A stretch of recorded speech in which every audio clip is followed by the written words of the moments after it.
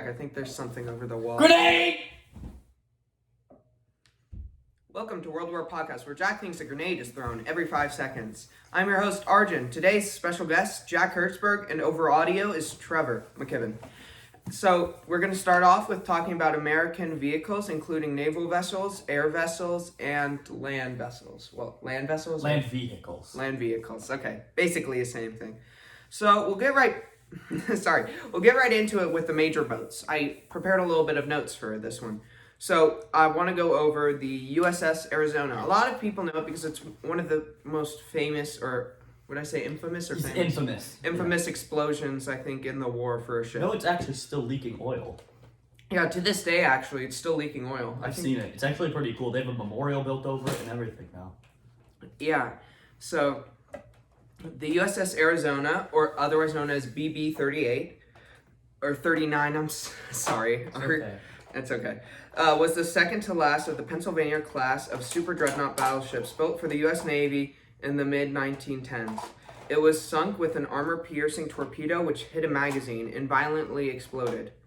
1,177 lives were lost in that explosion. It was destroyed in the Pearl Harbor attack.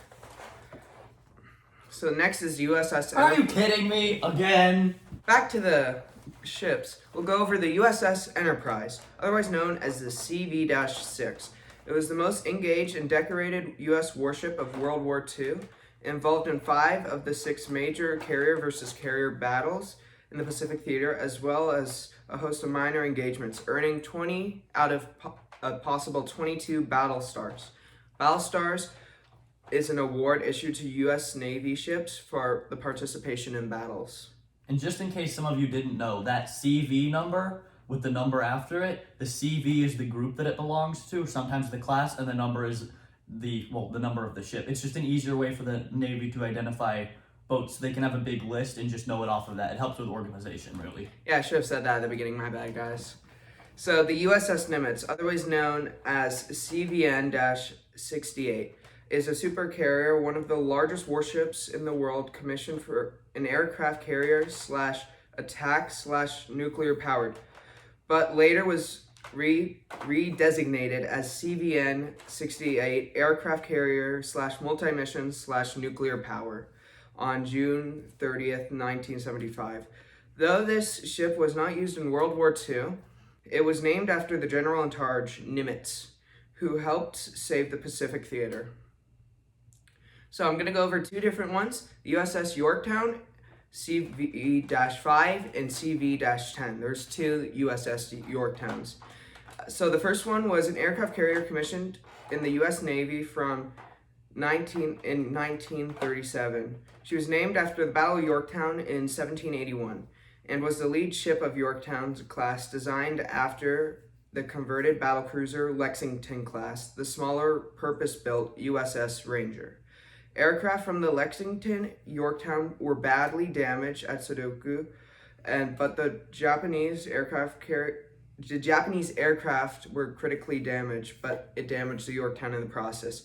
Despite the damages, the Yorktown was estimated to be about 2 weeks in dry dock, which means them repairing it.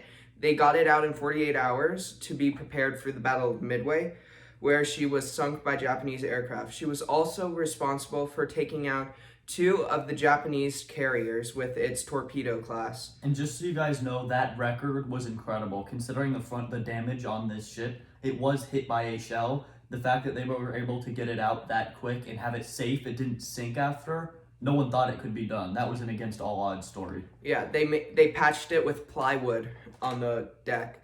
But my bad, I meant to say dive bomber, not torpedo when I said it. But, yeah, that's basically it. But it absorbed almost all the enemy hits that day and was able to save the other American cruisers, aircraft carriers. This does prove American-made products are very strong. Jeez. Jack, get a little advertisement, and we already have 2 sponsors this episode. And I'll be the next. USS Yorktown CV-10 is the other one. Initially was named to be Bon Homan Richard. She was renamed Yorktown while still under construction to commemorate the loss of the USS Yorktown CV-5 during the Battle of Midway in 1942. on operations earned over 11 battle stars.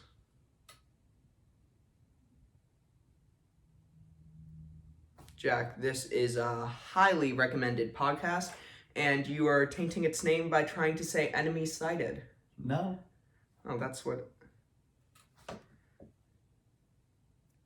Well, while Jack continues to make his weird symbols, we're going to go on to Trevor to talk about aircraft. Trevor, now to you. Okay, so usually I like to classify World War II aircraft into 3 different sections. There's bombers, attackers, and fighters. So first off, bombers are meant to carry, or have one real purpose. They're just to drop bombs, and a lot of them. So things like the B-25, B-26, and these were lighter variants. They had 2 engines, and these were used mostly to bomb pillboxes and other targets. Really anything you can get at.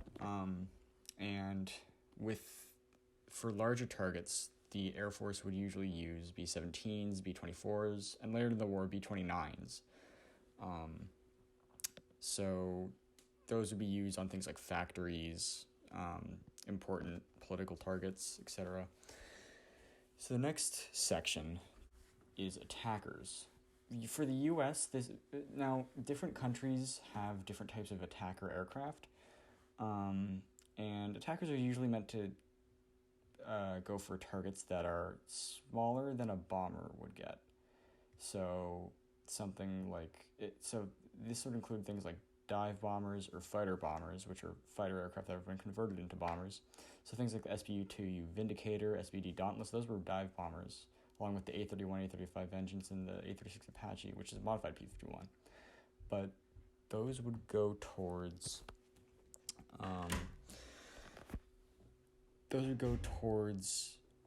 targets like ships, and they would dive on the ships and drop the bombs. And then the other type of attacker, which is a fighter bomber, is literally just a fighter aircraft with bombs attached to it. And these would usually go after things, small things like tanks and, other little targets. But that brings us to our third section, which is fighters. And there are a few types of fighters. There are interceptors, turn fighters, night fighters, and twin-engine fighters. So America has had a lot of different fighters over the few years that they're in the war. They started with early things like the P-36. A very common one is the P-51, and very notorious one that was usually used for as a fighter bomber, but also did night fighting and bomber hunting targets. It's P-47. There are also aircraft like the P-40, P-39, P-63, P-400. And there are a few interesting examples like the P-61, which was a twin-engine night fighter that was meant to go after bombers. And the Navy actually has their own separate designations for fighter aircraft.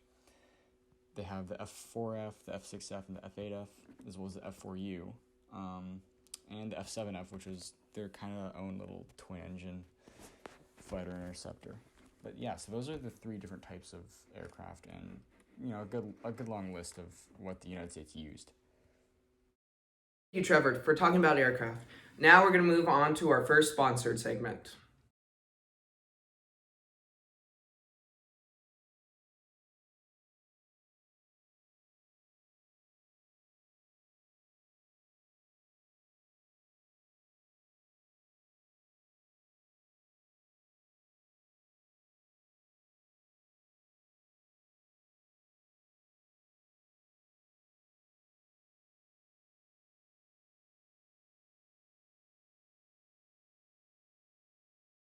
Hope you guys enjoyed this sponsored segment. Now back to the episode. Jack is now going to be talking about land vehicles used in World War II for the American side. Jack? So yeah, today we're going to be talking about American land vehicles, and one thing that you need to know before I start explaining this is, especially when it came to 6x6 trucks, the way that it was the U.S. Army gave specifications to manufacturers to make them. When I give you these model numbers, That's just a designation as an example. That doesn't mean these are the only trucks or even the main trucks that they use. It was just an example of the two. So now let's get into it. So the main land vehicle used by the U.S. forces, this is every U.S. Army and Marines, is the Jeep, which is also designated as G503. And this is what you'd consider today as a staff car. So the Humvee kind of replaced it, if you're familiar with that at all. And any officer or transport medical, this is the main thing they'd be using to get around. These were really fast, and all the Jeep cars designed today are based off of this. So now we're going to go on to armored cars. So the M8 Greyhound was our 6-wheeled armored car. So this had a gun on it, but it had 6 wheels, so it was meant to still be not as fast as the 4-wheeled one, but it was really fast. A lot faster than something with a cannon on it. Then the M3A1 Scout car. This is what you could use. It had more armor than the Jeep, but it was still a fast scout car. It was made for intelligence to get somewhere, or someone that needed to get really recon to get somewhere, but still be able to carry troops and get information in and out.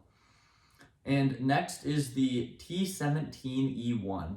This was experimental. It was meant to be used by the Americans, and it was an armored car with a cannon, but it was faster than the normal cars. The Americans never saw a need for it, so they did give the design to the British embassy, I believe in DC, and they forwarded it over, but I don't need to go into that.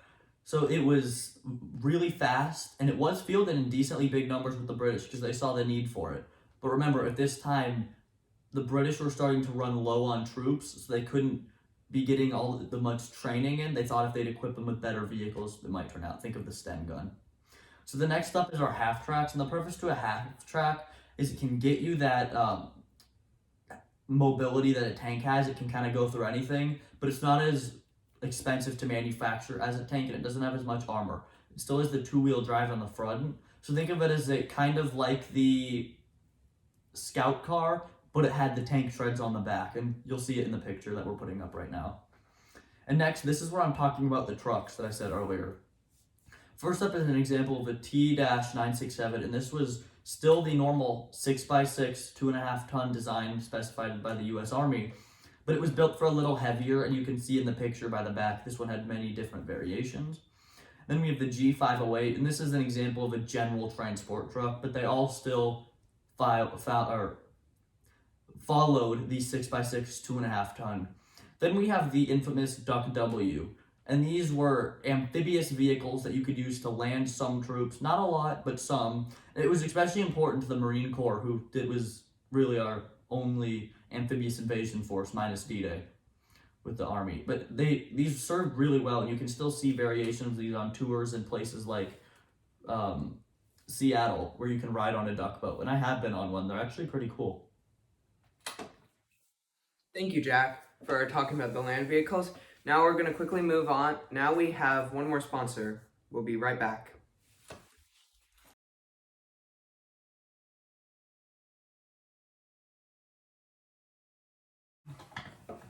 I hope you guys enjoyed that sponsored segment. I would like to thank Jack Hertzberg and Trevor McKibben. This episode has taken almost 3 weeks of planning. We've put really hard work into our research. Almost The biggest one we've done by now. Yeah, almost all of us put our work into this. Even me. And if you know me, I don't do work. Oh, at least Trevor and I did. And I did some stuff. Some stuff. You kind of did it on the last day, Hey, but it's my still script was done. It's still good. It's still good. But I really hope you guys enjoyed that video. And as always, thank you guys for watching, and we'll see you in next episode. Bye.